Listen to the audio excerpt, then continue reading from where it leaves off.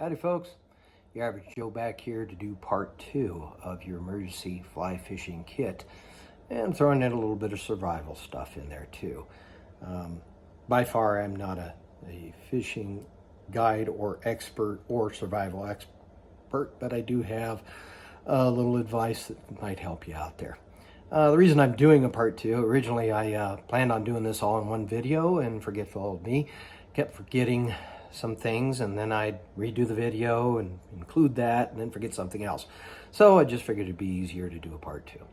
Anyway, so like I said, I'm here to do a part 2, emergency survival fish or emergency fishing survival kit, kind of a combination there. First thing, survival we're talking about right here. So got to get your cup of Joe or your coffee, whatever you want to call it. I mean, we're talking survival here. That's what I survive on. Coffee's actually good for you if you don't overdo it or put too much crap in there like I do. But anyway, that's my number one survival tip there. So what I would like to touch base on is some things that I forgot to put in the first video. First of all, we were talking about, emergency fishing kit. One thing I kind of forgot to mention, I did mention using a rod and reel. Obviously, that does kind of expand what you can do with, as far as fishing goes, if you use a rod and reel. But, it is kind of bulky to carry that along with you. We are talking emergency fishing kit here. So, what do? How do you fish if you don't have a rod and reel? How are you going to do that? What I would recommend, okay, so your fishing string comes on a spool. When you buy this in the store, most of the times, I suppose there are other ways, but most of the time that's how you get it. You can just use this as a reel. What you can do, the back side of this, it's got a hole right there, and that comes in very handy. What you can do, get yourself a pencil, shove that right through the hole. There you go. There's your reel right there. And the pencil, screwdriver, if you got that, you punch that through. All right, so there's your reel. There's your makeshift reel right there. Real handy. How can you do this? So the neat thing about using it like this is you can adjust your drag. I kind of touched base a little bit on the drag when I was talking about the reel that you can use, the reels you can use. I'll kind of show you a method that a lot of fly fishermen use when they're doing this. Instead of using the drag on the reel, some fly fishermen like to kind of use the palm of their hand to adjust the fly on it when they're fighting a big fish. When the fish pulls out the string, they just kind of use the palm of their hand, put pressure on it. You want to make it a little tighter. You press a little harder. You want to let it run a little bit, let up a little bit. It goes out a little bit, but you want to keep some kind of pressure on there at all times. Otherwise, the string just goes crazy, flies off of there. You don't want that. It can get tangled up. One thing to keep in mind when you're doing it this way is that line is not attached to the spool.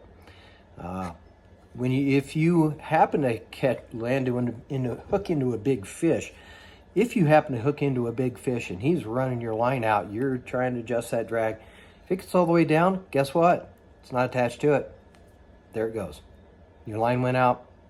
There goes the fish with your entire spool of fishing line. This is a lot of line on here. Good chance it's not going to do that. You got 270 yards or 245 meters. That's a lot of line. But, if you got a big fish on there, it could happen. So keep that in mind. It is not attached to the spool. One thing you can do instead of this, I actually recommend doing, is getting like a wooden dowel. Something maybe 6-8 inches wide, about 2 inches in diameter is probably real good to use, and just wrap your line up on that. I would recommend cutting maybe just put a little groove around the center of it, and you can tie your line on there. That's one reason I recommend doing the dowel like that. Plus that, you got that kind of width, you can use the whole width of it to wrap your line. Not real heavy. That's something you can easily fit in a backpack or emergency pack, whatever you want to call it. So it's not going to be a lot heavy. It's not that big. You can do that in there. It keeps the line a little better. It's a little easier to work with if you're fishing without a rod and reel. When you go to cast your line or throw it out, whatever you want to call it, you can turn it this way, and when you toss that line out there, it'll come off your dowel fairly easy. And then when you go to fight the fish or bring it back in, you can turn it this way. You can hold it like this. I'm using a Lysol can just as an example. When you got it out there, you're fighting a big fish. It's pulling hard on your line. You want to give them a little bit of slack. Like I said, you can adjust the drag on it. The way you do that with a dowel is you just kind of hold it like this and clamp it. If you want to tighten up the drag, give him a little bit more fight. If you want to let him run, you can loosen up, let that dowel spin in your hands. But that's what you can do. Hold it like this with both hands. This way it doesn't turn sideways on you and pull the string off the end. But like I said, using a Lysol can just to show you something, because I didn't have a dowel to show you. So wouldn't recommend a Lysol can. It's a little big and bulky. But that's just using that as an example. So that's a couple options you can do if you do not have a rod and reel. So works fairly well. So the other thing I wanted to mention is clothing. So what are you going to wear? Hopefully you have time. If you're in an emergency situation and you have to run, hopefully you have your emergency backpack set up. Clothing, hopefully you have time to throw something on that's legitimate, decent for a survival situation. I would recommend try to use clothing that's fleece or wool fabric. Those are very good insulating qualities in both those fabrics. They dry well. That's something you need to keep in mind. Moisture wicking. I knew I could say it. That's a phrase you want to keep in mind when you're choosing clothing. You want something that dries fast, does not retain moisture. Cotton. Do not wear cotton. Cotton kills. Remember that phrase. Yeah, I'm wearing a cotton shirt. Love my fishing is life shirt. Mama gave this to me, so I had to wear that while I'm doing these videos. But it's cotton. Don't wear it in a survival situation. Jeans, denim jeans. Hey, sure, yeah, they're rugged. They'll handle a lot of abrasion, but they absorb moisture. They don't flex well. You're going to get wet. They don't dry. You're going to freeze. So try to wear clothing that is moisture wicking. Pants, shirts. I would recommend a long sleeve shirt instead of a short sleeve shirt. You can always roll up your sleeves with a long sleeve shirt. Long sleeve shirt, keep the sun off your forearms. Today's day and age, you don't want a lot of sun on you. Let's face it, we don't have the ozone we used to, and a lot of sun's not real good for you. Pants, moisture wicking pants. I would recommend full-length pants. Something to keep in mind, something I really like is what's called convertible pants. What I mean by that is they have pants legs that you can zip off. That's real handy. If you want to wear shorts, you can zip them off. You want long pants, you can zip them back on. Real handy. Another thing, one of the pair of convertible pants I have also has a zipper that goes down the side. That's real handy. You're wearing big boots. You don't have to take your boots off to get those pants legs off. You unzip them, then you zip off the zipper going down the side, and they pull right off. You don't have to slip them over your boots or shoes, whatever you're wearing. So that's pretty handy. Speaking of shoes, hopefully you have time to put on some good lightweight hiking boots when you're off and running. Tennis shoes obviously are fairly good, but they don't give you the ankle support. But we are talking a survival situation. Hopefully you have time to change into some good footwear before you go. Don't wear your high heels. Leave those at home. That's probably not a good idea. A friend of mine likes to wear his cowboy boots a lot, but probably not a real good idea in that situation either. So, but it's more what's comfortable to you too. Socks, wool socks, definitely. Make sure you bring an extra pair. Underwear, moisture wicking underwear. Hey, yeah, you don't want to, you sweat. Don't want wet underwear. That's not good. If you have an accident, oops. Anyway, but Like I said, a fleece or a wool jacket of some kind, that's great insulating qualities. Rain poncho, great to have a rain poncho. Throw that in your pack. But the downside to rain poncho, they're heavy. Solid rubber. It's very heavy. Keep that in mind if you're trying to pack light. An alternative to that, don't know if I mentioned it in the first video, is what they call space blanket, emergency blanket. It's just basically plastic. It's kind of very reflective. It'll reflect heat back to your body when you wrap up in it. Also works good as a signal if you got a helicopter or plane flying overhead. It will reflect that light back to them. You're easily spotted.